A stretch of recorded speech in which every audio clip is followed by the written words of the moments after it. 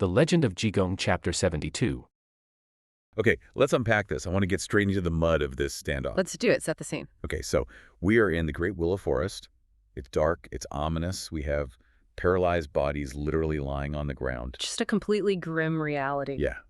And our villain, a man with the rather ironic name Hua Yunlong, has just poisoned and paralyzed two men, Ming and Chen. Right, and he's standing right over them, blade drawn, fully about to finish the job. Exactly. And right then, a voice rings out from the trees. It says, "Hua, my second worthy brother, who are you trying to kill?" Just incredible timing. Hua turns around, and standing there is our hero, Yang Ming. And the text gives us this visual of Yang Ming that is so overwhelming. I mean, I need you to break it down for us. I would love to. Because it feels like every single piece of clothing he is wearing is sending a very distinct, very loud message. Oh, it absolutely is. I mean, the author is using wardrobe as a blunt instrument of characterization before Yang Ming even takes a single breath. Like a visual resume? Exactly. The text explicitly tells us he is 8 feet tall. Which is massive. Right, a giant of a man. And he's wearing a blue and green turban, and wrapped around that is a gold headband. And this headband features 2 dragons fighting over a jewel. Wow, okay. That is not subtle at all. No, not at all. And on the very front of that headband, there's a velvet ball that bobs and sways as he moves. I love that detail. It's so specific. It is. And then we get to the actual clothing. He's wearing a blue arrow sleeve robe, cinched with a fine silk belt. Okay, arrow sleeve. Right. And on his feet are thin-soled fast boots. And draped over all of this, just enveloping him, is a massive sapphire blue hero's cloak entirely embroidered with peonies. Peonies, like the flowers. Yes, giant embroidered flowers. He's got a sword at his ribs, a round face, bright star-like eyes, a perfectly straight nose, and a pristine 3-strand beard. The text literally announces his presence as awe-inspiring in all 8 directions, right? Exactly. That is his official title, essentially. I mean, the contrast there is just staggering. You have Hua Yunlong crouching in the dirt of a dark forest, surrounded by paralyzed bodies, and the reality of cold-blooded murder. Yeah, the lowest of the low. And into this grim, violent scene walks a giant dressed in sapphire, silk, and gold, covered in embroidered peonies. I mean, peonies are literally the traditional flower of wealth and imperial honor, right? They absolutely are. It's the ultimate status symbol. He looks like a billionaire arriving at a high society gala, not a man stepping into a woodland ambush. Well, that jarring contrast is entirely intentional by the author. Think about the socioeconomic signaling happening here. Okay, break that down for me. In the context of the dynasty, silk, gold, and especially elaborate embroidery were heavily restricted or just prohibitively expensive for normal people. So you couldn't just buy this stuff off the rack? Definitely not. By placing Yang Ming in a sapphire cloak covered in peonies, the text is establishing an unimpeachable hierarchy of status. Right. He possesses immense wealth and supreme authority without having to boast about it verbally. The clothes do the talking. But he's also not just a rich guy in a fancy coat, Sure. right? Because you mentioned the arrow sleeves and the fast boots. Exactly. Notice the functional layers beneath the wealth. The arrow sleeve robe, which means the sleeves taper tightly at the wrist, and the thin-soled fast boots are purely tactical. So they won't get in the way during a fight. Precisely. They tell you he's a man of action, an elite martial artist whose movements won't be hindered by all that loose, expensive fabric. I love that. He is a predator in aristocratic clothing. That is a perfect way to put it. So Hua Yunlong turns around, sees this awe-inspiring gold and sapphire-clad giant who clearly knows how to fight. And the text says, Hua is terrified. Completely terrified. He thinks, it's going to be really hard to handle things with him here. He knows he is physically and socially outmatched. Without a doubt. But Hua doesn't run. And he doesn't attack, which is wild to me. Right, because he knows he would lose. Instead, he unleashes this absolute tidal wave of information. He pivots instantly into this rapid-fire, insanely detailed story about why the 2 paralyzed men on the ground actually deserve to die. Yeah, Hua realizes immediately that crossing swords with Yang Ming is suicide. So he targets the only vulnerable point he can reach, which is Yang Ming's psychology. So Yang asks, why do you want to kill these 2 men? And Hua, who literally just ambushed them in cold blood, suddenly wraps himself in the cloak of a righteous executioner. It's so manipulative. It's incredibly manipulative. He feeds Yang Ming an incredibly specific, intricately constructed list of atrocities that these 2 men supposedly committed. Yeah, he goes into granular detail. He claims they went to the Wuzhu nunnery, assaulted a female practitioner, murdered her when she resisted, and severely wounded an old nun. A horrific claim. Right. Then he says they traveled to the Taishan Tower and murdered a local figure known as the street-clearing tyrant, Chen. He's just piling it on. Oh, it doesn't stop. After that, they supposedly broke into the estate of Chancellor Qin, who is this massive political figure, and stole his jade bracelet and phoenix crown. Important imperial artifacts. Exactly. And finally, Hua claims that just yesterday, they were at the Zhao family tower committing another assault. It's exhausting just to hear it. It really is. Hua paints himself as the tragic hero who tried to talk them out of their evil ways, was forced to defend himself with poison darts, and is now merely putting these rabid dogs down. Well, the architecture of that lie is what makes Hua Yunlong such a chilling antagonist. What do you mean by architecture? He doesn't just offer a vague excuse like, oh, they tried to rob me. He provides geographical anchors. Like the specific places. Exactly. Wuzhou Nunnery, Taishan Tower, the Chancellor's estate. And he provides named specific victims. He lists highly recognizable royal stolen artifacts. But hold on, let's look at this from Yang Ming's perspective for a second. Okay. He is an 8-foot-tall, street-smart veteran. Why is he standing there listening to a PowerPoint presentation of crimes while the guy delivering it is literally standing over 2 bodies holding the smoking gun? It does seem crazy. That feels incredibly gullible. I mean, I'd be saying, drop the weapon, we can talk about the Phoenix Crown later. That skepticism is totally natural, but you have to look at the specific psychological payload of the lie. Okay, break down the payload for me. Hua is employing a technique we might recognize today as the Gish Gallop. Right, when you just overwhelm someone. Exactly. Overwhelming an opponent with so many data points and arguments that it becomes impossible to process or refute them all in the moment. You just freeze up. Yes, but Hua takes it a step further. He perfectly tailors this data dump to exploit Yang Ming's specific moral compass. Every single fake crime targets a different pillar of societal order. Breaking that down, how do those specific targets map onto Yang Ming's values? Think about the progression of the lies. Assaulting women at the Wuzhou Nunnery is a massive violation of religious sanctuary, purity, and the protection of the innocent. Right. That hits his protector instincts. Exactly. Then, murdering a known local figure in a public tower is a massive disruption of the martial underworld's delicate balance of power. And he's a huge part of that underworld. Right. And then, stealing the jade bracelet and phoenix crown from Chancellor Qin is a crime against the imperial state itself. That's practically treason, right? It is treasonous, an act that could bring the wrath of the army down on the entire martial community. Hua is systematically pressing every single button on Yang Ming's dashboard of righteousness. It's an intentional cognitive overload. He's literally weaponizing Yang Ming's own sense of justice against him. Precisely. Yang Ming is a man who values honor above his own life. When he hears a list of atrocities this severe, his brain is forced to evaluate the sheer horror of the claims. You can't just ignore it. No, he can't. His defensive perimeter drops because he is processing the shock of the information rather than focusing on the immediate physical threat in front of him. Wow.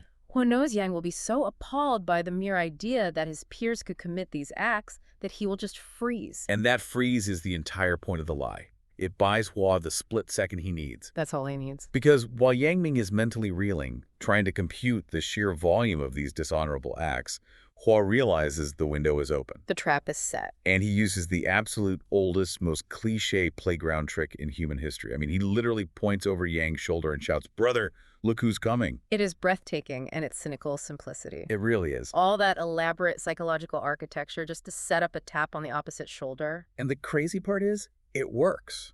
Yang Ming, the awe-inspiring hero, turns his head. It's a fatal mistake. And the second he does, Hua delivers a devastating physical blow. He throws a poisoned dart that strikes Yang right in the collarbone, what the text calls the pipe-a-bone.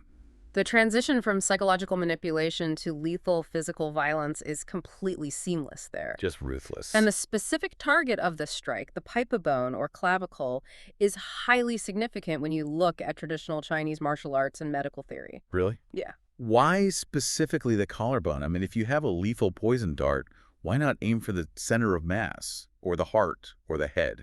That's a great question. In the anatomical understanding of traditional martial arts, the collarbone area is a critical, highly vulnerable juncture for meridians. Well, like energy pathways. Yes, and the muscle connectivity that controls the arms. A deep concussive strike there, especially with a projectile, instantly short-circuits the kinetic chain. So his arm just goes dead. It paralyzes the arm, making it impossible to draw a sword or raise a hand in defense. It isn't just a flesh wound, it is an immediate structural disarmament. Wow. Okay. That makes perfect sense. It neutralizes the physical threat of an 8-foot giant instantly. And when you factor in the poison on that dart, the physical strike is merely the delivery mechanism for a catastrophic biological payload. Okay, we have to talk about that payload because this isn't just a dart dipped in some generic off-the-shelf venom. Not at all. The text actually stops to give us the exact recipe for this poison, and it sounds like engineered doom. It really does. It requires exactly 36 poisons, 18 herbs, red snake eggs, and wood-turned stone, which translates to petrified wood. The pharmacology detailed in that recipe is absolutely fascinating on several levels. Break it down for us. First, the numbers themselves. 36 and 18 are deeply significant in Chinese numerology. Do they mean something specific? Yes, they often represent completeness or a balance between heavenly and earthly forces.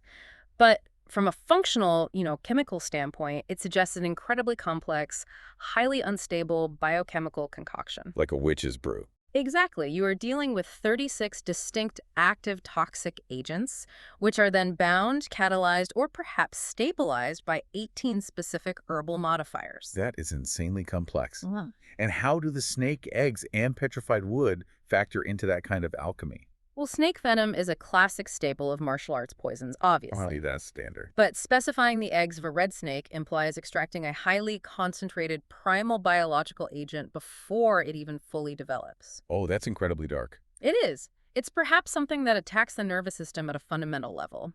But the wood-turned stone is the truly intriguing element here. Yeah, petrified wood seems so out of place. In traditional alchemy, petrified wood is associated with permanence. It is organic matter that has become immutable, turned to stone. Okay, but how does that kill you? In the context of a poison dart, it could serve a literal, brutal physical purpose. Ground into an abrasive powder, it would ensure the dart tears the tissue violently upon entry. Oh my God. Yeah, it keeps the wound open and introduces the venom directly into the bloodstream with maximum efficiency. It's a mythical biological weapon. It's horrifying. Horrifying and highly effective. And the text lays down a terrifying absolute rule for it. It says, if it draws even a single drop of blood, the victim dies. No exception. There is no antidote. It is a guaranteed death sentence.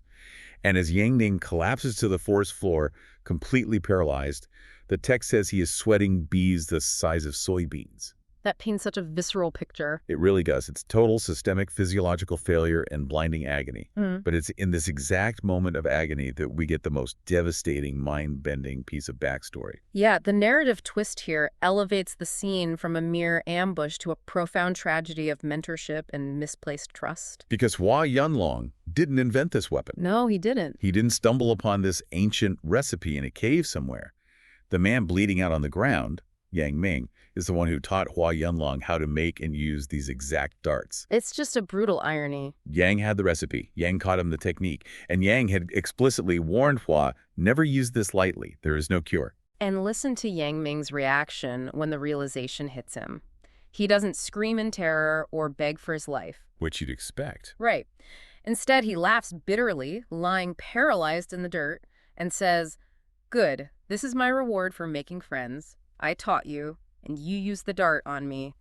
Now you can strike anyone in the world." This is my reward for making friends. Yeah. I mean, that has to be one of the heaviest lines in the entire text. It really is the emotional core of the scene. In that single moment of clarity, he understands that his own virtue, his willingness to share his deepest knowledge with someone he considered a brother, is exactly the mechanism of his execution. It forces us to confront a central theme of the entire narrative, which is the weaponization of brotherhood. The weaponization of brotherhood. I like that phrasing. Yang Ming's tragedy is not just a tactical failure on the battlefield. It is a philosophical collapse. How so? His fundamental worldview dictates that loyalty, mentorship, and friendship are sacred binding forces. Right, they mean everything to him. But Hua Yunlong operates in a completely different universe. Hua views those concepts purely as transactional tools. So he was just faking it the whole time. Exactly. He adopted the language of brotherhood specifically to get close to a master, extract a deadly art, and then discarded the bond the exact millisecond it became convenient to do so. Okay, but if Hua is fundamentally a sociopath operating on these cold transactional rules, how did he ever get close enough to a paragon of virtue like Yang Ming to learn this recipe? That is the big question. Right. Why does a guy who walks around in sapphire silk dispensing justice consider a villain like Hua a brother in the first place? It seems like a massive contradiction. It does. To understand this fatal blind spot, we have to look backward. The text pulls us into a flashback that explains how Yang Ming ended up in this forest, and it all revolves around a catastrophic failure of hospitality. The flashback completely reframes everything we know about Yang Ming's presence in that forest. It totally changes the context. We discover he is not some wandering vigilante or vagabond sleeping rough in the woods. He has an incredibly comfortable, deeply rooted life. Yeah, he lives in Rui Village. He runs a bodyguard and security escort bureau. A highly respected establishment. He possesses immense wealth, vast social influence, and a highly virtuous, capable wife named Manshi. He has built this absolute empire of stability. We really need to spend a moment on the concept of the escort bureau, or Baoju, because it is the absolute foundation of Yang Ming's character and worldview. Okay, let's get into the Biaoju. What exactly is it? Running an escort bureau in ancient China was not just about being a tough guy good with a sword. It was an incredibly complex logistics and security business. Like high-stakes shipping. Yes, you were trusted by merchants and officials to transport vast amounts of wealth, which was often literal carts of heavy silver, across dangerous bandit-ridden territories. So it's essentially an ancient armored car service combined with a private military company. That's a great analogy, yes. But the currency of a Baoju wasn't just violence, it was reputation. Reputation over brute force. Exactly. To run a successful bureau, you needed impeccable integrity and a massive, sprawling network of relationships throughout the martial underworld, which is known as the Jianghu. So you had to know everybody. You did. Often, an escort bureau would resolve potential ambushes without drawing a single weapon simply by calling the biao. Calling the biao, what does that mean? It means shouting the name of their bureau as they approached a dangerous area. If your reputation was strong enough and your network of sworn brothers was wide enough, the bandits would hear your name and let you pass out of respect. Wow. So networking was literally a survival tool. Absolutely. Therefore, forming alliances, offering hospitality, and bringing martial artists into your inner circle was not just friendly, it was a core business strategy. Ah, so his entire livelihood, his wealth, his status in the community is built on a foundation of trust, honor, and projecting hospitality. Exactly. He is the ultimate protector and host. And into this stable, honorable life walks a man named Zhang Rong, whose nickname is the Black Wind Ghost. Which is quite the moniker. Honestly, if someone introduces themselves as the Black Wind Ghost, you should probably just lock the door. It's definitely a red flag. But Zhang Rong arrives looking for his sworn brother, our villain, Hua Yunlong, who happens to be away in the City of Linen. And here we witness Yang Ming's greatest virtue becoming his fatal flaw, which is his boundless, almost naive adherence to the rules of hospitality. Because Yang Ming has never met Zhang Rong. Never laid eyes on him. But because Zhang is Hua's sworn brother, this transitive property of martial honor kicks in. Yang says, "You and I are brothers. We are not outsiders." It's immediate acceptance. He invites this complete stranger into his home. And this isn't just like a quick dinner invitation. Zhang stays for an extended period. He becomes a fixture in the household. And when Zhang suddenly falls severely ill, Yang Ming doesn't just send him to a public inn to recover. He pays for expensive doctors, oversees his care meticulously, and personally nurses him back to health. The level of care demonstrated here transcends basic societal politeness. It seems extreme. It is. In traditional society, bringing an outsider deeply into the inner sanctum of the home, introducing him to the women of the household, like the mother and the wife, is a massive extension of trust. He's treating him like family. He is treating the guest as literal blood. Zhang Rong is initially so overwhelmed by this unprecedented generosity that he insists on formally bowing and becoming Yang Ming's sworn brother as well. But the gratitude doesn't last, unfortunately. It rarely does with characters like this. The text paints Zhang Rong as, frankly, a total creep. It says he has no rules when he speaks. He is crude, arrogant, and lacks basic boundaries. He's just a toxic presence. And this introduces a fascinating, very tense dynamic inside Yang Ming's household.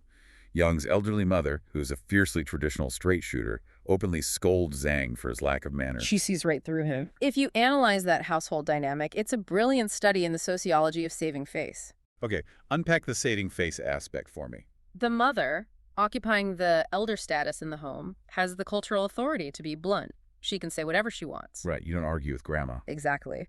But Manshi, the wife, is navigating a minefield to protect her husband's reputation. She knows how deeply Yang Ming values his network and his sworn brothers. Because of the Baoju business. Right. If she causes a massive rift with this new brother over bad manners, it reflects poorly on Yang's ability to manage his household and his professional relationships. So she's basically doing PR for her husband. Her constant diplomacy is an act of fierce loyalty to her husband's public standing. She's protecting his business by being polite. The problem is that Zhang Rong is completely delusional. Dangerously delusional. He is arrogant enough to misinterpret Manshi's diplomacy, her polite, face-saving cover-ups, as romantic interest. He genuinely thinks, oh, she's into me. It's disgusting, but it fits his character. And this toxic delusion leads to the inciting incident of the entire narrative. One day, Yang Ming is out of the house. The fiercely protective mother is taking a nap. The coast is clear, essentially. And Manshi is sitting alone in a quiet room, sewing socks. The text sets a scene of complete domestic tranquility here, really highlighting her vulnerability. Zhang Rong sneaks into the room. He starts making this very uncomfortable, invasive small talk. "What are you making?" he asks. Just hovering over her. She politely replies, "Socks?" He says, "Let me see," but it's totally clear he has no interest in the sewing. As she hands them over, he drops the pretense, lunges forward, and grabs her wrists. His ultimate betrayal. He attempts to assault her right there in the inner sanctum of her own home. It is the ultimate violation. I mean, this man was literally nursed back from the brink of death in this home, and his response is to desecrate the sanctuary of his savior and sworn brother. We've all seen this set up 100 times in movies and books. Oh, definitely. You expect the classic trope.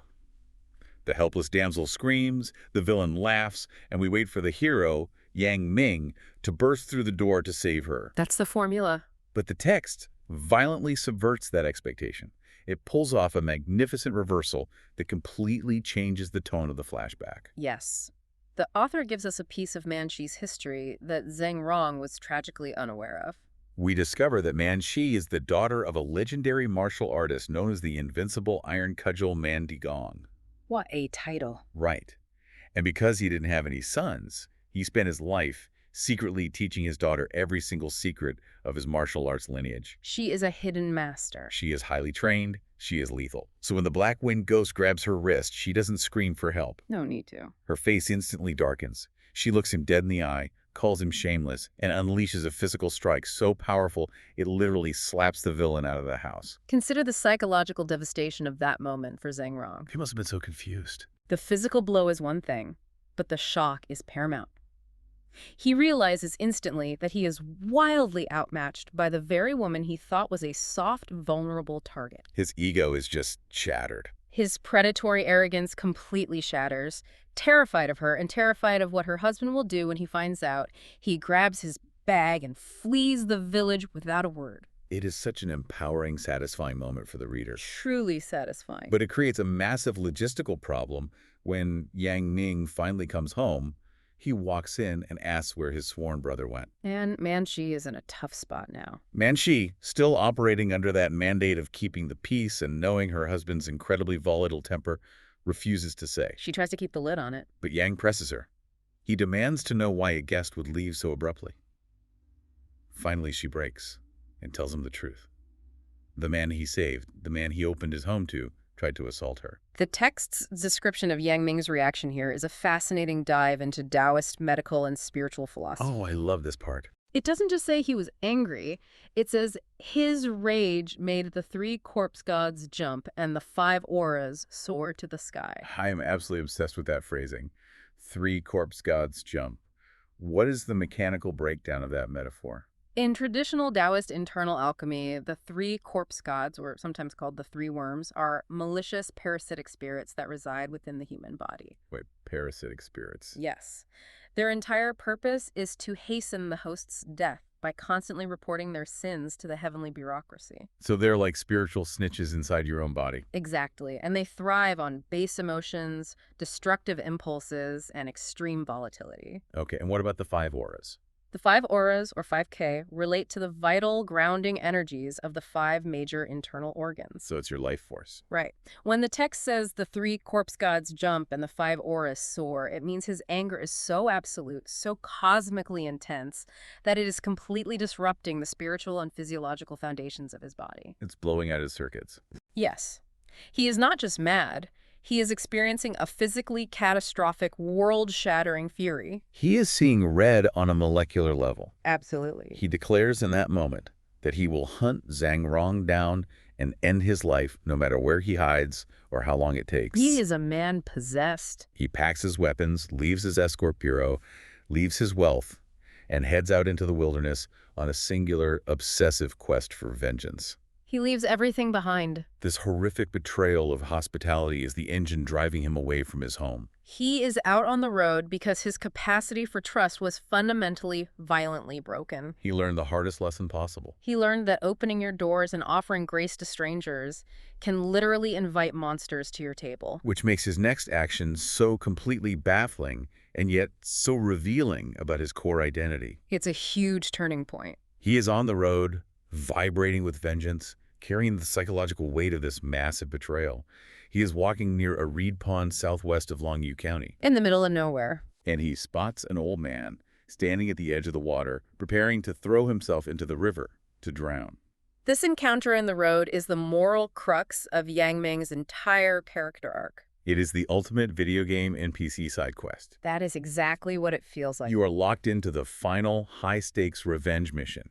You have your legendary weapons equipped, you are laser-focused on the boss fight, and you see a random non-playable character standing by a river crying. And you just want to keep walking.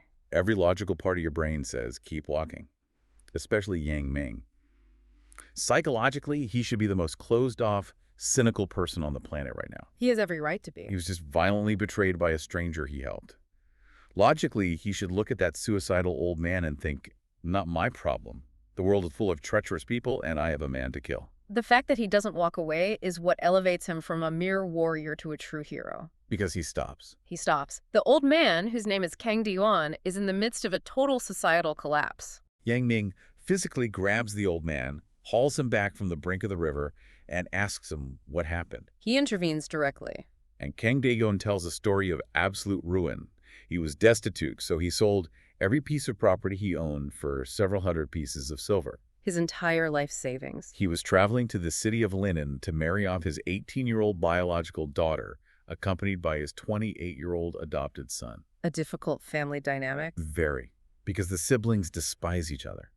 And that very morning, Kang woke up at a roadside inn to find that both the children and the massive fortune in silver had completely vanished. We really have to contextualize the absolute peril this old man is facing. Yeah, how bad is it really? Traveling with several hundred pieces of silver during this era was essentially painting a giant target on your back. Because it's so valuable. Silver was incredibly heavy, universally valuable, and highly liquid.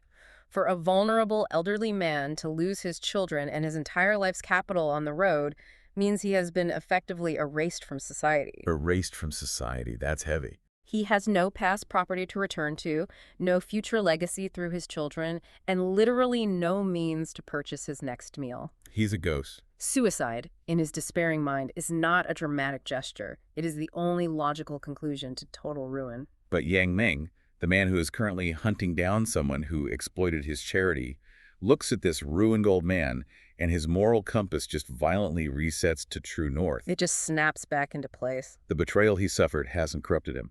He looks at Kang Diyuan and says, "Don't die. I will find your children for you. And even if I can't find them, you still shouldn't die. Come with me." It's beautiful, really. He reveals his famous identity, the awe-inspiring in all 8 directions, and extends his absolute protection to a total stranger.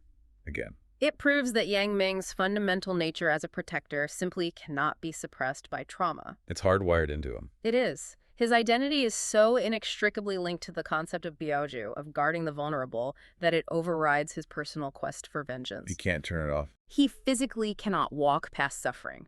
But as the text constantly reminds us, in this lawless world, heroism is the ultimate vulnerability. Because it is exactly this act of pure, unadulterated nobility that brings the suicidal old man along with him on the road. And we know where that road goes. Right into the great willow forest. Right into the path of Hua Yunlong, the poisoned darts and the paralyzing venom. The author weaves these narrative threads together with such devastating precision. It's like a collision course. It is. You have the man who betrayed hospitality, which is Hua, by extension of his brother, Zhang. You have the man who offered hospitality, Yang. And you have the helpless stranger who received it, Kang. All three archetypes converge in this dark wood. They all meet at the exact same moment. Which brings us crashing back to the climax of the story, exactly where we started. Yang Ming is on the ground, paralyzed by his own creation, sweating those terrifying soybean-sized beads, waiting for the executioner's blade from Hua Yunlong. The lowest point possible. The two other heroes, Lei and Chen, are also paralyzed. And who steps up? The suicidal old man.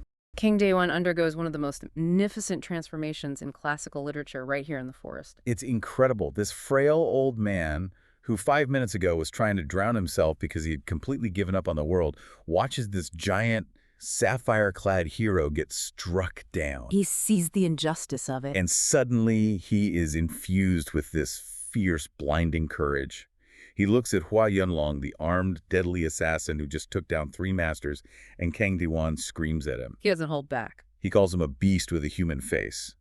And then he literally sticks his own neck out, offering it to the blade and says, "Kill me first, I don't want to live anyway." The irony is rich and profound here. How so? Earlier that day, Kang Daewon was seeking death in the murky waters of a river out of total despair and defeat. Right, he wanted to give up. Now he is seeking death from an assassin's blade out of defiance, righteous anger, and loyalty to a man he met hours ago. He found a reason. He has found a cause worth dying for. He is directly challenging the villain's authority over life and death. But Hua Yunlong's reaction to this old man is what truly baffled me.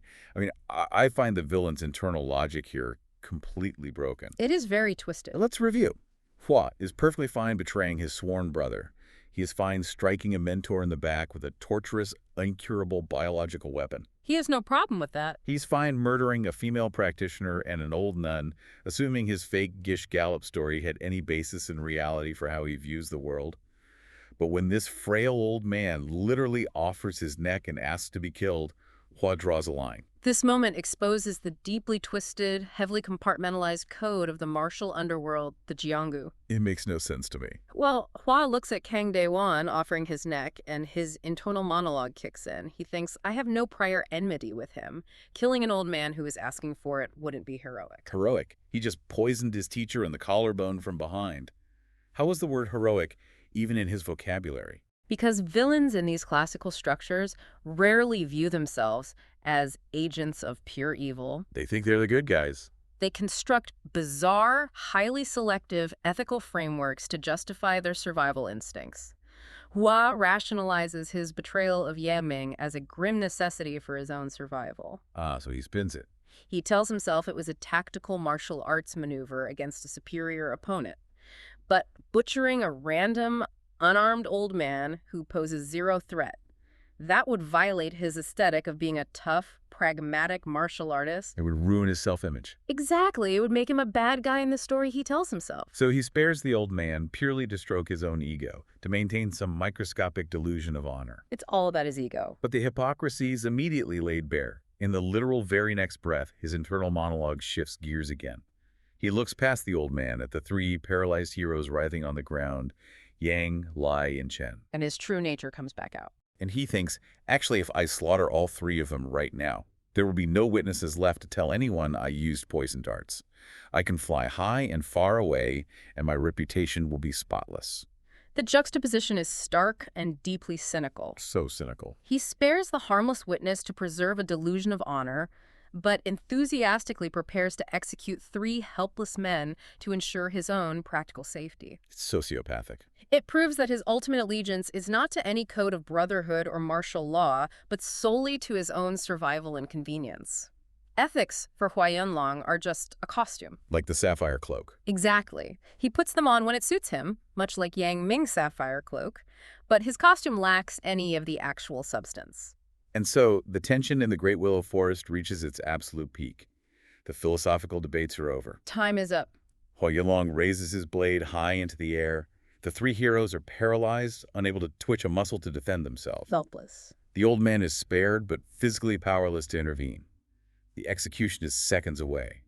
It feels like an inescapable corner. The author has meticulously stripped away every single advantage the heroes had. Everything is gone. Wealth, reputation, physical size, martial skill, and alliances have all completely failed against the brutal pragmatism of deception. But then, just as the blade is about to fall, the text gives us a sound.